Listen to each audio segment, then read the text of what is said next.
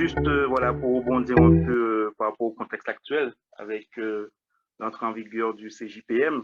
Je sais effectivement qu'il y a eu plusieurs réflexions avant que le code soit mis en application. Il y a eu beaucoup de consultations. Après, je me pose la question, est-ce que ça a pu traverser certaines personnes qui ont voilà, pensé ce code pour la mise en application des nouvelles pratiques pour les éducateurs PJJ, puisque bon, effectivement, Hannah Arendt, elle donne beaucoup, elle est assez inspirante bien sûr, mais est-ce que ça a pu un moment ou un autre traverser, ou est-ce que ça a pu encore traverser certains professionnels pour qu'on soit un peu plus à même de réfléchir autrement la prise en charge des jeunes, sachant que maintenant, comme vous le savez, la procédure est plus rapide, voilà, est plus rapide dans l'intérêt des victimes et bien pour les jeunes, pour une prise de conscience.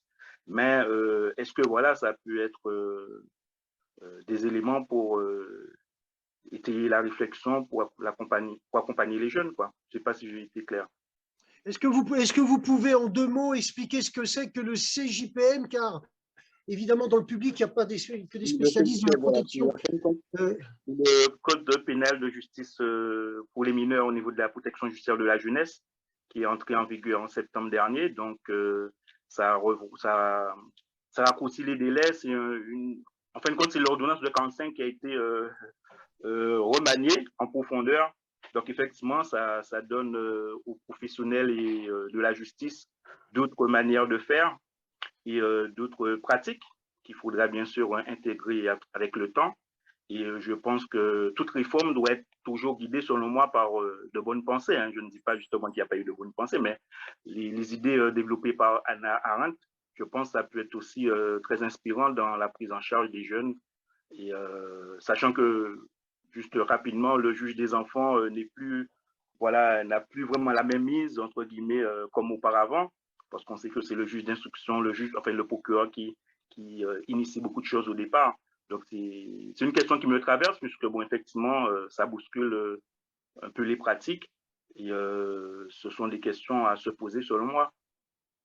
Très bien. Est-ce que quelqu'un pourrait répondre ou est-ce qu'on on se lance comme ça? Est-ce qui Après, c'est pourrait assez large, répondre? donc, je sais, mais bon, comme je pense que les idées d'Hannah Arendt sont assez larges, assez inspirantes, ça peut aussi nous aider à enrichir la pratique, puisque bon, on parlait tout à l'heure de Michel Foucault, voilà, je pense aussi qu'il y a bien sûr l'œuvre Surveiller et punir, mais je pense que Hannah Arendt a toute sa place pour un peu enrichir la réflexion des professionnels au quotidien, puisque bon, effectivement, c'est pas toujours évident voilà, dans la prise en charge de certains jeunes, donc ça peut être de l'étayage, quoi.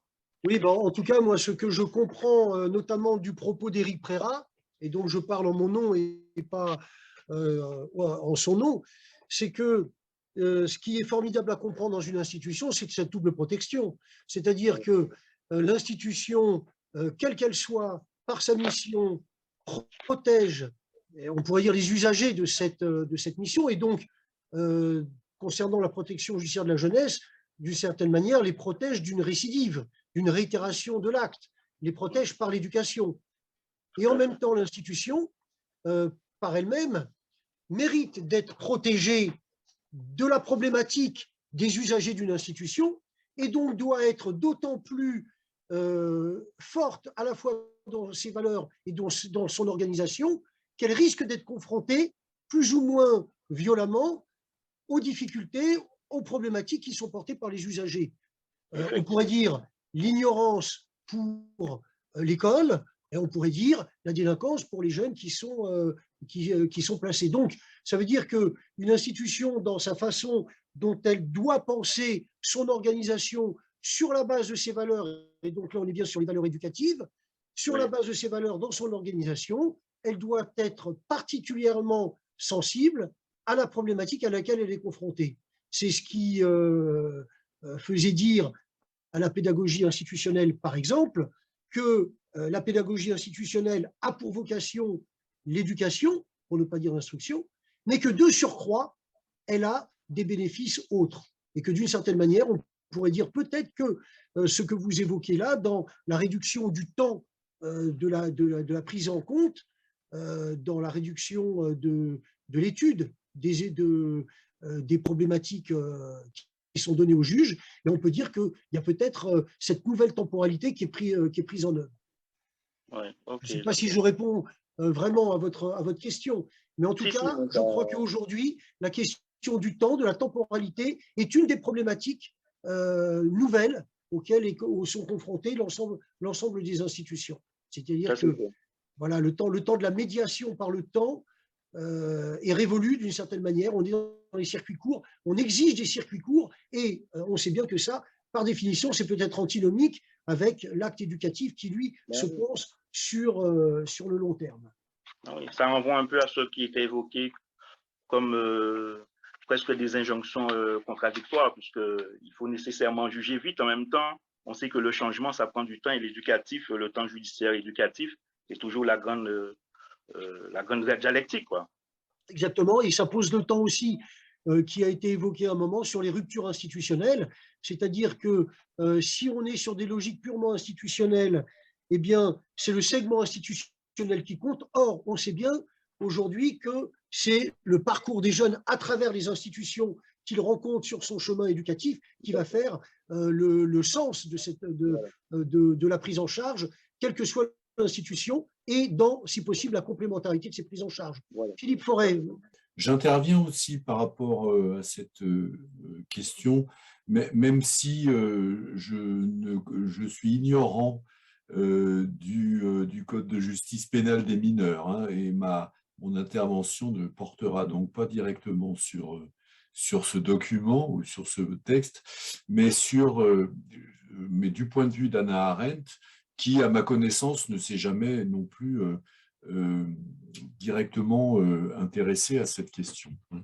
Je n'ai pas connaissance d'écrits qu'elle aurait pu faire sur ce point.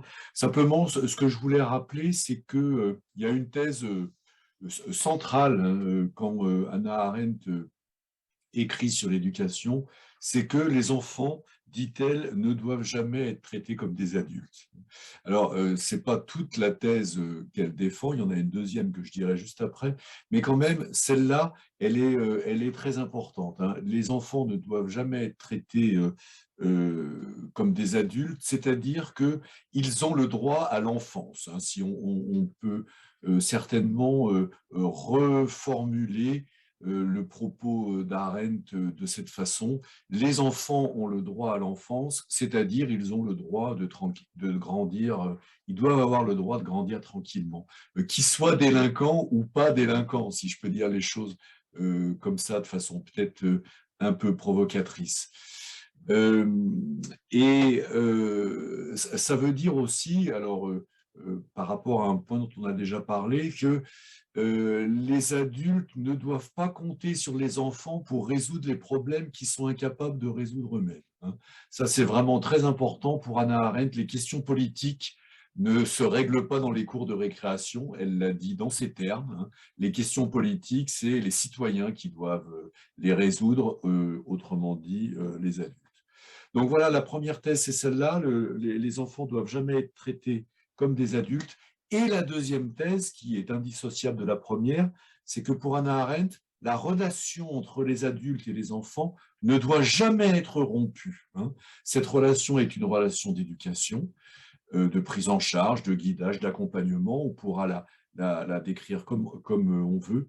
Mais en tout cas, ça c'est vraiment très important pour elle aussi, à la fois les enfants ne doivent jamais être traités comme des adultes, et en même temps, la relation éducative ne doit jamais être rompue. Voilà deux idées générales. Je vous laisse, cher monsieur, je vous laisse le soin de voir si ça peut avoir un intérêt par rapport à la question que vous avez posée. Je voudrais réagir à ce que vient de dire Philippe. Enfin, plus exactement, c'est une question qui m'est venue en l'écoutant à l'instant, là, parce que ça fait... Vous n'êtes pas sans savoir qu'il est très question en sciences d'éducation des éducations A, et notamment dans ces éducations A, il y a beaucoup de questions vives, comme on dit, éducation au développement durable, évidemment, aux médias, etc. Et ce que vient de dire Philippe Forêt heurte cette question-là, parce que, évidemment, si ce ne sont pas aux enfants de résoudre les problèmes, et je souscris, hein, à cette idée, aux enfants de résoudre les problèmes que les adultes n'ont pas su répondre, auxquels ils n'ont pas su répondre. Alors, qu'est-ce qu'on peut penser, qu'est-ce qu'on peut dire, qu'est-ce qu'on peut, oui, d'une certaine manière, de ces éducations A? Je n'ai pas la réponse, mais j'aurais tendance à renvoyer dans un principe peut-être arendtien ces questions-là, hein, les éducations A, en dehors de l'école en réalité, parce que j'ai l'impression que, mais ça mériterait d'être étayé peut-être d'un point de vue plus philosophique, qu'on demande à l'école justement de résoudre ces problèmes, de préparer les jeunes générations à résoudre ces problèmes, alors précisément que ce sont les adultes qui décident de ça et le monde politique. Donc c'était plus une remarque et en guise de demande de réflexion de ceux qui connaissent peut-être un peu mieux ces sujets par rapport aux éducations A, qui bien souvent, encore une fois, me paraissent comme des demandes faites à l'école et aux enfants de résoudre des problèmes d'adultes. Voilà, je vous remercie. Écoutez, moi j'ai l'impression que les éducations A segmentent la problématique de l'éducation et qu'à vouloir segmenter et découper l'éducation en segments qui sont des domaines de l'ordre des préoccupations, souvent d'ailleurs conjoncturelles de la part de l'adulte, ne participe pas d'une éducation plus large, intégrale et qui finalement participe de l'éducation tout simplement de l'être humain. Mais alors évidemment, on peut discuter de cette chose-là, mais je trouve d'ailleurs avec beaucoup de pédagogues de l'histoire des pédagogies que découper l'éducation en rondelles ne participe pas de quelque chose de forcément très cohérent, sauf si le projet derrière reprend ces choses-là. Camille, tu as été interpellée Oui, dans le propos d'Éric, si tu veux intervenir. oui, enfin, je voulais réagir pas par rapport enfin, je pourrais réagir là-dessus si tu veux, mais j'avais 2 réactions là par rapport à ce qui a été dit. Je pense que sur la question, question vie socialement vive et éducation A, donc qui correspond de façon assez identifiée à ce que font par exemple Michel Fabre et Céline Chauvigné, je pense que ce qu'il dirait, c'est que les éducations A ne visent pas à résoudre les problèmes, mais à apprendre à les construire et à les poser. Et que c'est dans cette condition-là qu'elles sont effectivement compatibles avec le rôle de compréhension du monde, dirons-nous, qui peut être, de connaissance et de compréhension du monde, qui peut être relié à l'institution scolaire. Et un autre point, mais là c'est bibliographique, c'est que me semble-t-il de personnes qui ont proposé des choses intéressantes pour penser la notion de droit chez Arendt, enfin à partir d'Arendt, c'est Jean-Yves Pranchère et Justine Lacroix qui ont publié 2 ouvrages sur les droits de l'homme qui partent d'une fameuse phrase d'Hannah Arendt qui est le droit à avoir des droits et qui essaye à partir de ça d'examiner un certain nombre de débats qu'il y a eu à la fois dans l'espace public et d'évolution du droit positif, des codes ou de choses comme ça, après 1945 en fait, essentiellement en Europe et aux États-Unis. Donc voilà, c'était juste pour une indication bibliographique intéressante. Et ils partent d'Arendt, pas que, mais notamment d'Arendt. Pranchère et Lacroix. Et non, sur l'interpellation d'Éric, simplement dire que c'est très sympathique d'avoir parlé de mon travail en ces termes, et qu'effectivement, comment dire, quand on travaille sur l'autorité, ce qui a été mon cas, les 2 textes d'Arendt, en fait, parce qu'il y a 2 textes dans le même recueil, un sur l'autorité politique et un autre sur l'autorité en éducation, interpellent forcément. Il y a un côté, on ne rentre pas ici sans s'être confronté à ces textes-là. Je crois que tu as un ouvrage en préparation avec Sébastien Pess relatif à une certaine approche de l'institution, en tant qu'institution pédagogue, qui invite à réfléchir et à agir plutôt oui, c'est ça, orienter sa réflexion et son action envers les tenants de l'institution. Et ce qui permet à l'institution de tenir en même temps que et pour permettre une action auprès des usagers. Et donc, si tu pouvais nous en dire quelque chose de la réflexion que vous avez avancée. Et d'autre part, je voulais évoquer le fait que on a là, enfin, on évoque depuis tout à l'heure avec notre collègue de la PJJ les deux acteurs que sont, enfin les acteurs sociaux, si je puis dire, que sont les usagers ou les populations cibles, donc prises en charge par la PJJ, et l'institution PJJ, et on a quand même un troisième acteur qui fait pression, si je puis dire, dans ses attentes, et qui est la société civile. Et donc, ce sont plutôt trois acteurs qui sont en jeu dans ce champ-là. Et s'il s'agit de protéger et de chercher un travail, hein, de mettre en œuvre une structuration, tout un environnement protecteur, il y aurait un travail à faire au niveau de ces trois acteurs à minima. Merci Pierre. Merci Pierre. Ben, en tout cas, ce que je trouve extrêmement important de la part d'Éric Préra, c'est de distinguer des problématiques qui seraient de l'ordre du structurel et des problématiques qui seraient de l'ordre du conjoncturel. Sachant que quand on étudie un peu les institutions, on s'aperçoit que certaines problématiques conjoncturelles, dès lors qu'elles deviennent des problèmes et qu'elles engendrent des problèmes et même peut-être des non-dits dans les institutions, en tout cas qu'elles ne sont pas, auxquelles on n'apporte pas de réponse, deviennent des problématiques qui sont structurelles. Et de fait, la problématique de l'hospitalité telle qu'elle nous a été proposée est une vieille problématique des institutions. D'ailleurs, ce n'est pas pour rien que l'hospitalité, au fond, c'est l'accueil, et que beaucoup de ceux qui ont pensé l'institution la pensent en termes d'accueil initial et renouvelé, d'hospitalité initiale et renouvelée, de façon à ce que comme Hannah Arendt le dit, le nouveau venu au monde trouve place, puisse prendre place à travers notamment des rituels d'hospitalité ou des rituels d'accueil, on pourrait dire ailleurs des rituels d'admission, mais aussi des rituels qui soient renouvelés et qui permettent de ce fait-là, d'une certaine manière, de permettre à l'individu de trouver place dans une structure qui lui préexiste et en même temps à la structure qui lui préexiste d'évoluer tranquillement avec l'arrivée des nouveaux venus. En ce sens, effectivement, Pierre, tu as raison d'évoquer l'institution pédagogue, car au fond, qu'est-ce que la pédagogie, si ce n'est l'accompagnement vers des apprentissages, et que toute arrivée dans une institution nécessite des apprentissages, que l'on soit d'ailleurs professionnel arrivant ou usager arrivant dans une institution. Et de ce fait, l'institution, si on veut qu'elle soit hospitalière, qu'elle soit efficace, qu'elle soit juste, l'institution, d'une certaine manière, est obligée de mettre en place ces rituels d'accueil qui lui permettent tout simplement de continuer elle-même à pouvoir exercer sa mission.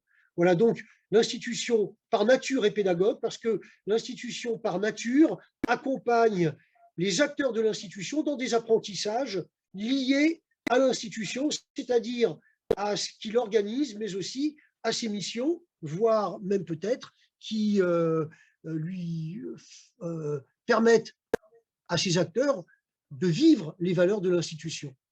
Et de ce point de vue-là, effectivement, ça me paraît être essentiel. Et les travaux d'Hannah Arendt, en disant que l'institution se renouvelle ou trouve l'occasion de se renouveler par l'arrivée de nouveaux au monde, eh bien, d'une certaine manière, fait l'apprentissage de cette nouveauté-là, tout en permettant à ceux qui arrivent de faire l'apprentissage de l'institution. Et c'est là qu'on voit bien l'utilité absolue des institutions qui, de ce point de vue-là, sont des médiations indispensables lorsque des individus sont confrontés à des problématiques qu'ils ne peuvent pas résoudre seuls et pour lesquelles le corps social est obligé d'inventer des organisations. Voilà donc, pour aller dans le sens de ce que tu évoques, Pierre, de mon point de vue, une institution qui répondrait aux nécessités qu'Éric Préra a développées est nécessairement une institution pédagogue. Je réagis à l'intervention de Pierre Géhou. J'en profite pour te saluer, Pierre. Ça fait longtemps qu'on ne s'était pas vu et ça fait plaisir. Sur les éducations A, j'ai pris un petit moment pour réfléchir parce que la question posée est à la fois intéressante et difficile et je ne suis pas du tout sûr on puisse y répondre de façon satisfaisante. C'est sûr que derrière cette idée des éducations à la citoyenneté, à la santé, à l'environnement, à tout ce qu'on veut, Hannah Arendt aurait lu une demande adressée aux enfants de participer à la résolution des problèmes des adultes, et elle ne s'est jamais prononcée là-dessus, bien sûr, mais je ne pense pas me tromper en disant qu'elle aurait été contre. Enfin, qu'elle aurait été contre, ce n'est pas finalement tellement important ici. Hein. Elle avait peut-être tort, hein, elle aurait peut-être eu tort.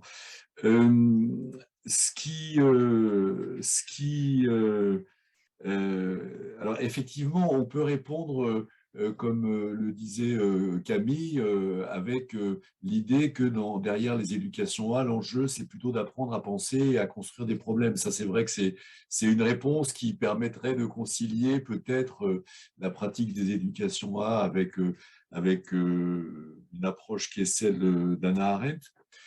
En fait, moi, ce que je souhaitais dire simplement, c'est que peut-être sur cette question des éducations A, c'est l'occasion de réfléchir sur la relation entre éducation et politique, et au moins de poser le problème, ou au moins de rappeler que il est intéressant de réfléchir sur cette relation entre éducation et politique. Quand Hannah Arendt dit que l'éducation est une activité pré-politique, c'est dans tous les sens que Éric Préra a indiqué, bien sûr, hein.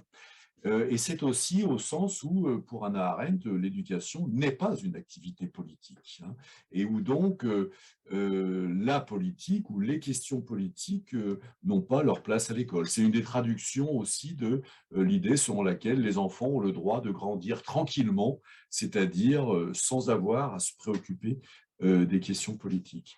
Donc ça, c'est une certaine façon de penser la relation entre éducation et politique. Mais le cas des éducations A nous indique qu'il y a d'autres façons de penser. Hein. Et je me permets d'insister là-dessus parce que c'est quand même un point, par exemple, où la discussion, l'établissement d'une discussion entre Hannah Arendt d'un côté et John Dewey de l'autre serait certainement très intéressant. Parce que Dewey, c'est justement celui. Dewey, au contraire d'Arendt, aurait certainement été très favorable, hein, aux éducations A. Après John Dewey, de façon tout à fait explicite, un des continuateurs, Jérôme Brunner, a écrit un livre, La culture de l'éducation, dans lequel il a précisément exposé ce genre d'action, hein. Soumettre aux enfants les problèmes du monde contemporain. Il donne l'exemple du naufrage et de la marée noire issue du naufrage de l'Exxon Valdez à la fin du XXe siècle, et comment est-ce qu'on peut réfléchir dans les écoles sur ce genre de problème et quelles solutions innovantes on peut trouver. On a là, face à Hannah Arendt, une forme de pensée de l'éducation qui envisage tout autrement les relations entre l'éducation et la politique, et qui envisage tout autrement les relations entre les enfants et les adultes. Voilà, j'en dirai pas plus parce que j'aurais peur de dire des choses un peu sans beaucoup d'intérêt après, mais je voulais simplement pointer que là, il y a le lieu d'une discussion très intéressante du point de vue de la philosophie de l'éducation entre la pensée de quelqu'un comme Dewey ou quelqu'un comme Brunner, par exemple, d'un côté, et celle d'Hannah Arendt. Est-ce qu'il serait possible d'expliciter un petit peu la notion de pré-politique chez Hannah Arendt? Est-ce que quelqu'un veut se lancer sur cette explication-là?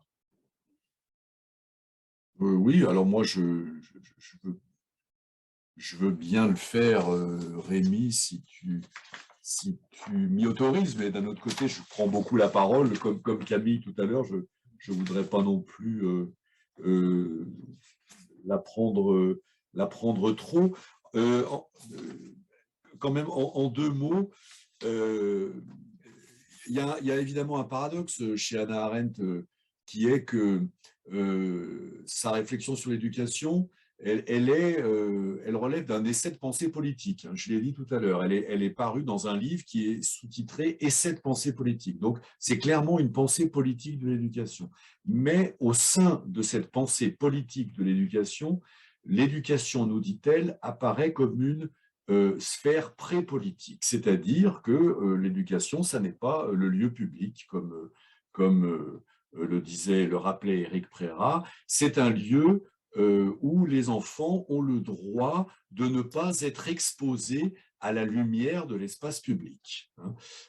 Si on reprend cette idée de l'espace public développée par Hannah Arendt, ce qui vient de l'Antiquité, qui est que l'espace public, c'est l'espace où on est exposé aux autres et où forcément on se met en jeu parce qu'on est exposé au regard des autres. Et pour Hannah Arendt, la famille en particulier, c'est vraiment un lieu de protection des enfants, un lieu à l'ombre où les enfants doivent pouvoir grandir tranquillement, sans être embêtés. Et l'école aussi, elle garde ce caractère de la famille que d'être normalement un lieu de protection de l'enfance, un lieu où on prend soin des enfants, pour reprendre l'idée du care qui avait été signalée tout à l'heure dans la discussion par écrit. C'est un lieu où on prend soin des enfants. Donc, pré-politique, ça veut dire ça. Cette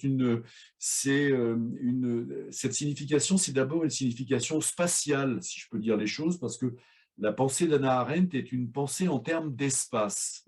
Et donc, pré-politique, ça veut dire que l'école, ça n'est pas l'espace public. Ça n'est pas non plus l'espace de la famille, comme l'a dit Éric Préra, c'est un espace qui est entre les deux. Alors, pré-politique, ça veut dire aussi, bien sûr, préparatoire aux politiques. Ça, Éric Préra l'a signalé, mais pas directement préparatoire aux politiques. Je pense que pour Hannah Arendt, les élèves à l'école sont censés faire un cursus d'études normal, et en sortant de l'école, ils sont censés être prêts à jouer leur rôle de citoyens. Donc, c'est par les études que l'école propose de faire qu'on a cette idée de préparation politique. Et puis, je rappelle donc le dernier point, ce qui a fait quand même, ce qui a conduit Hannah Arendt à dire que l'éducation était un espace pré-politique. On n'en a pas parlé ici parce que c'est un sujet qui n'est pas dans l'article sur la crise de l'éducation, et par ailleurs, c'est un sujet quand même qui est très contentieux. C'est que l'occasion que Hannah Arendt a prise d'intervenir dans la discussion publique, c'est la question du buzzing. Aux États-Unis, dans les années 50, et qu'est-ce que c'est que le buzzing? C'était une mesure de politique scolaire qui visait à lutter contre les discriminations raciales à l'école en prenant des enfants des quartiers noirs et en les emmenant en bus, d'où le buzzing, dans des écoles majoritairement, voire exclusivement réservées aux enfants des familles blanches. Et cette politique scolaire des années 50 aux États-Unis avait déclenché dans le sud des États-Unis, par exemple dans la ville de Little Rock, des réactions de racisme tout à fait explicites et tout à fait déclarées publiquement. Et il y avait eu des photos dans la presse grand public de jeunes filles noires qui étaient emmenées dans des lycées fréquentés par des Blancs sous l'escorte de la police et entourées de familles, de mères de famille et de pères de famille brandissant des pancartes et extrêmement agressives, etc. Et donc ça a fait beaucoup réagir Hannah Arendt, qui a dit, mais enfin, comment se fait-il que l'on fait peser à ces jeunes filles noires une telle pression? Comment se fait-il que on leur impose ce genre de situation? Et c'est ce qui l'a conduit à soutenir qu'on ne doit pas demander aux enfants de résoudre les problèmes politiques que les adultes ne peuvent pas résoudre eux-mêmes. Donc, pour Hannah Arendt, le problème de la discrimination raciale aux États-Unis était un problème véritable, mais elle pensait qu'il ne devait pas être résolu dans les cours des écoles, mais qu'il devait être résolu par les citoyens dans la vie politique elle-même. Alors, cet article a quand même déclenché beaucoup de réactions très hostiles, notamment dans la gauche américaine. Il faut se rappeler que Hannah Arendt était identifiée comme étant de gauche aux États-Unis. Elle publiait dans des revues comme Dissent, comme Commentaries, qui étaient des revues de gauche. Et bien sûr, cette politique de lutte pour l'égalité des droits a déclenché des réactions très violentes à l'égard notamment d'Hannah Arendt. Et c'est ce qui l'a conduit à mettre ses idées au clair et à rédiger l'article sur la crise de l'éducation. Voilà, j'ai dit que je n'allais pas parler trop longtemps, mais je m'excuse parce que je n'arrive pas à obéir moi-même à la règle que je voudrais pourtant me donner. Je suis désolé. Merci Philippe. Pierre Gégou, avec le micro. Excuse-moi Rémi, juste après Pierre, j'ai une question qui m'a été adressée par le chat Donc, avec demande de la reformuler.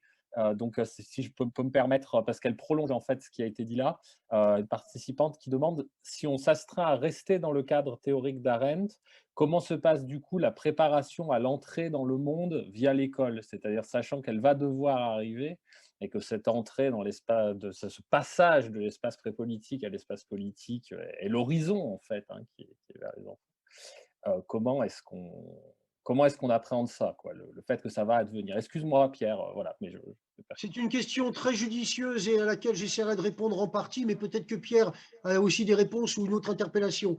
Pierre.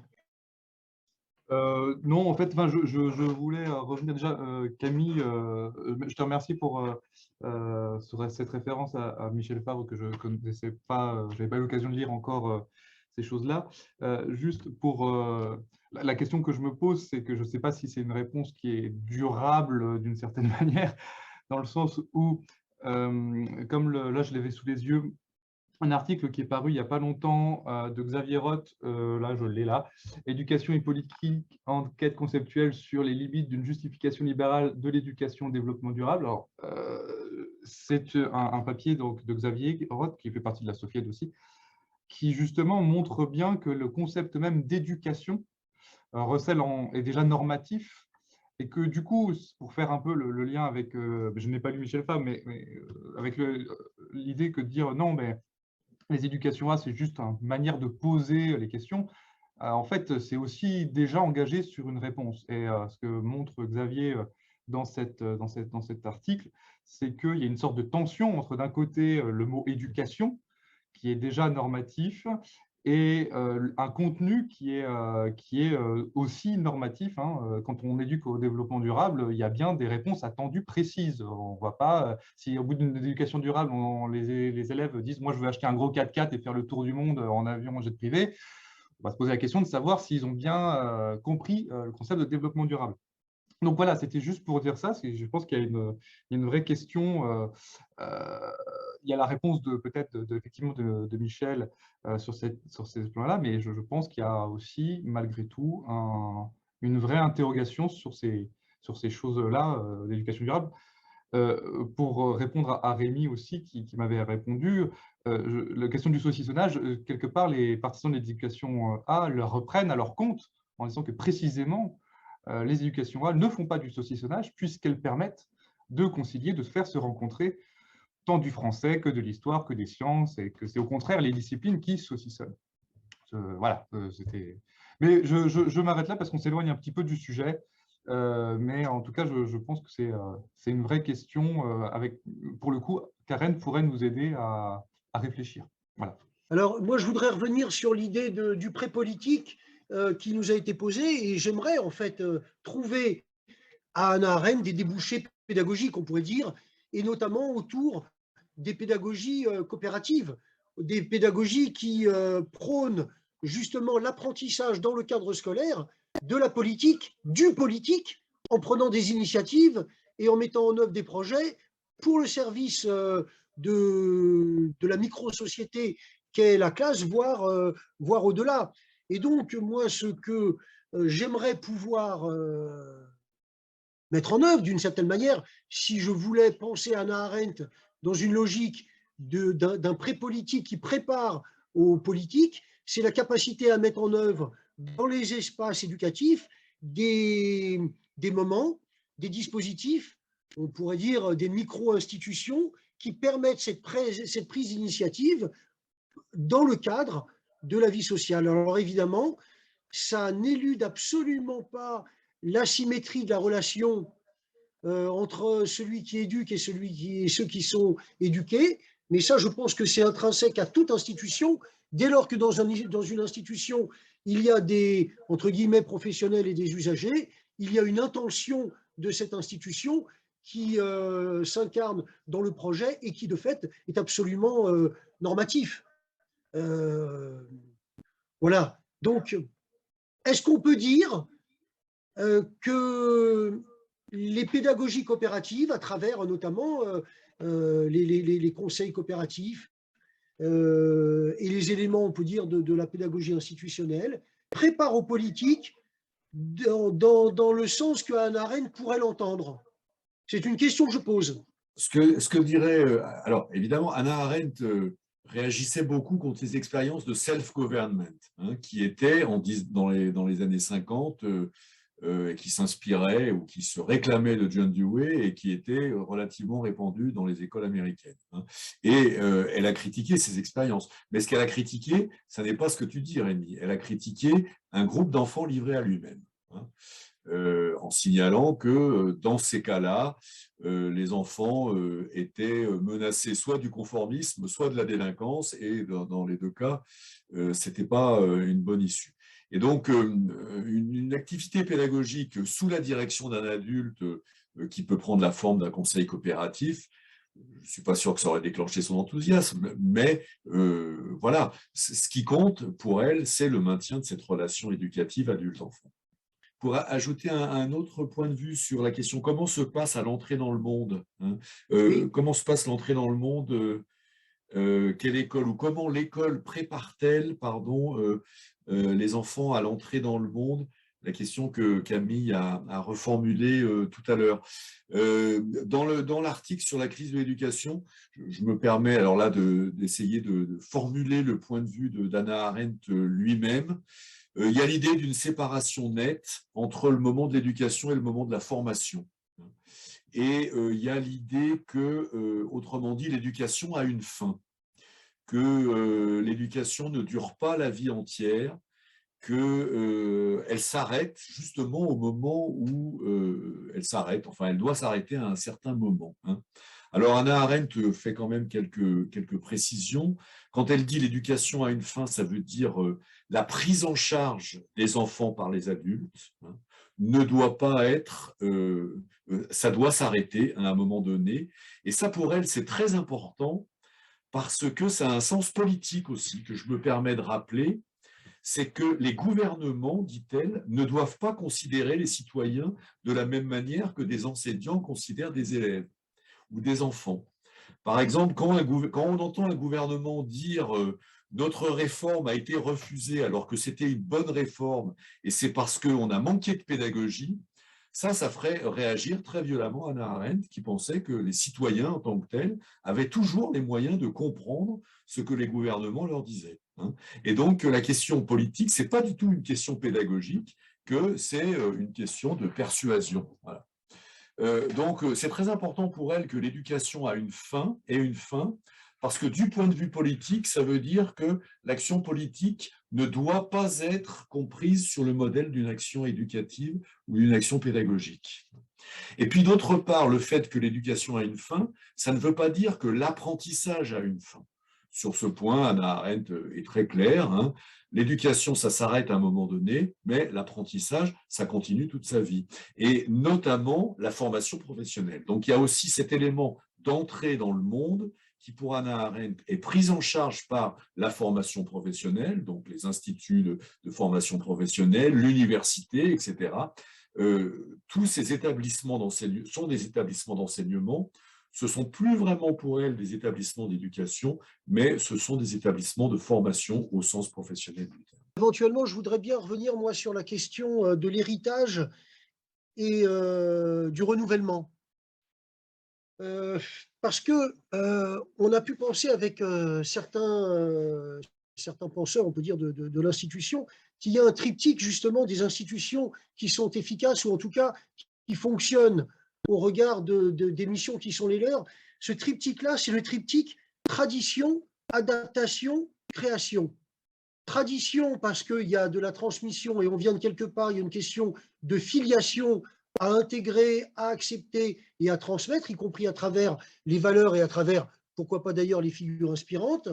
Adaptation, parce que le réel nous oblige à comprendre ce qui se passe autour de nous et au fond, même si on espérerait peut-être plutôt l'anticiper, on est bien obligé d'essayer de faire avec ce réel-là. Mais ce réel-là, dans l'adaptation, est compensé par la création, une certaine créativité institutionnelle qui, justement, permet le renouvellement des institutions. Est-ce que ce triptyque, tradition, adaptation, création, pourrait entrer dans le schéma d'Hannah Arendt? C'est quand même une question très difficile, Rémi, hein. Parce que, alors, bon, moi je me lance, hein, et c'est mon rôle, hein, de toute façon, quitte à. Mais enfin, là encore, j'ai peur de parler trop, mais tradition, adaptation, création, c'est des modalités temporelles, hein, qui nous renvoient au passé, la tradition qui est transmise dans le présent, dans lequel c'est le moment de l'adaptation, et la création, c'est l'anticipation et la projection sur l'avenir, hein. Donc, évidemment que Hannah Arendt a des choses à dire sur cette question, hein, évidemment. Comme le rappelle Éric Préra dans sa communication, le titre anglais du livre dans lequel est paru l'article sur l'éducation, c'est Between Past and Future, hein, c'est-à-dire entre le passé et le futur. Et qu'est-ce qu'on a entre le passé et le futur? C'est le présent, hein. Et Hannah Arendt indique que ce présent, on doit le décrire en termes de brèche. Alors, il y a cette phrase qui est dans la préface du livre, mais qui ne répond pas, je m'excuse tout de suite parce que cette phrase ne répond pas directement à ta préoccupation, Rémi, c'est tout à fait clair, mais je te la livre quand même, hein, parce qu'elle est plus générale, hein. C'est une phrase célèbre de Tocqueville, là encore, hein, le passé n'éclairant plus l'avenir, l'esprit marche dans les ténèbres. Le passé n'éclairant plus l'avenir, l'esprit marche dans les ténèbres, et ça conduit Hannah Arendt à commenter une nouvelle de Kafka quelques pages plus loin. Ce qui est en jeu là, schématiquement, hein, avec cette citation, c'est la conception de l'histoire, hein, et notamment son analyse de la modernité. Pourquoi? Parce que pour Hannah Arendt, pendant de très longues périodes de l'histoire, la brèche entre le passé et le futur, autrement dit le présent que nous vivons, a été comblée par ce qu'on appelle la tradition, hein. Et pendant de très longues périodes, l'avenir a été conçu comme le prolongement, voire comme la reproduction du passé. Le passé éclaire l'avenir.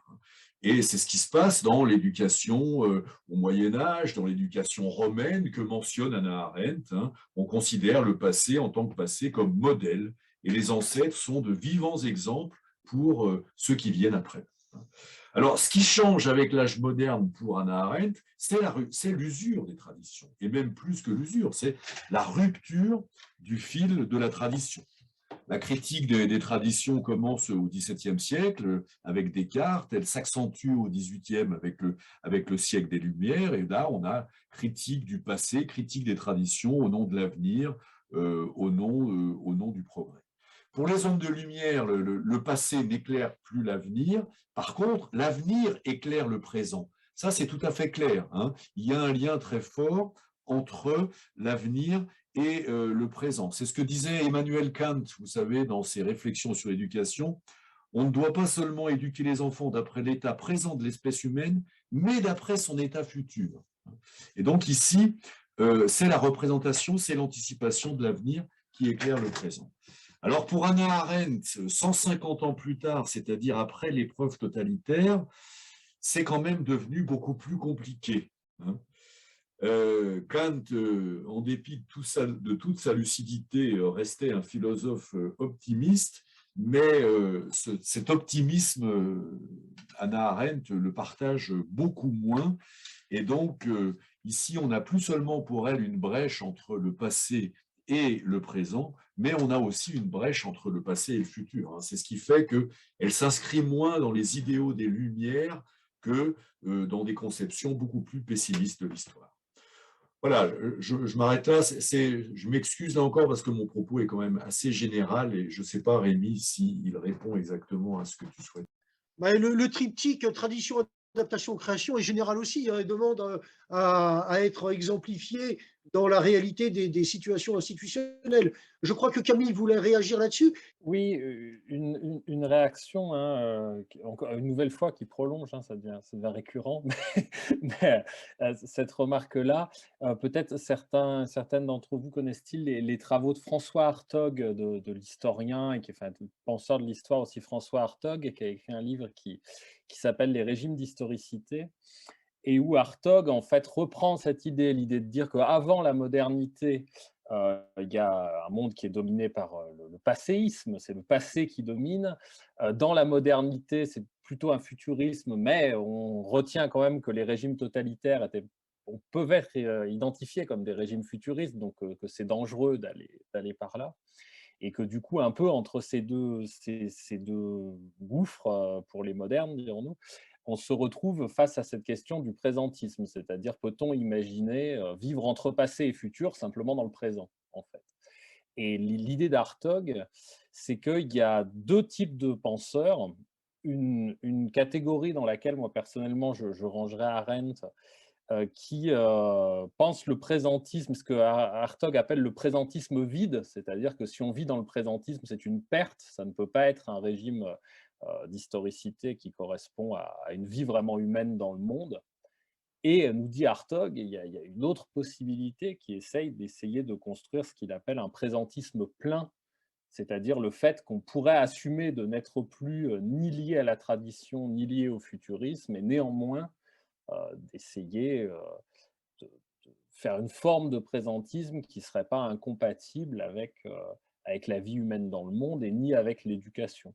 Donc bon, ça n'apporte pas de réponse, mais c'était simplement pour arriver. Il me semble que dans ce que tu disais, Rémi, le fait d'à la fois faire appel à de la création, de l'adaptation, mais on puise quand même dans des ressources qu'on a. Enfin, il y a quelque chose comme ça, c'est-à-dire une forme de présentisme plein et pas de présentisme de perte. Enfin, il me semble qu'il y a ça. Oui, oui, exactement. Et puis, il y a effectivement l'idée que l'institution poursuit son chemin en étant capable d'évoluer. On évoquera peut-être cette question là aussi à travers le couple classique instituant-institué, mais que d'une certaine manière, il n'y a pas d'instituant s'il n'y a pas d'institué. On ne peut mettre de l'instituant que s'il y a de l'existant. Autrement, on est dans quelque chose qui serait de l'ordre de l'original pur, de la propre création des origines.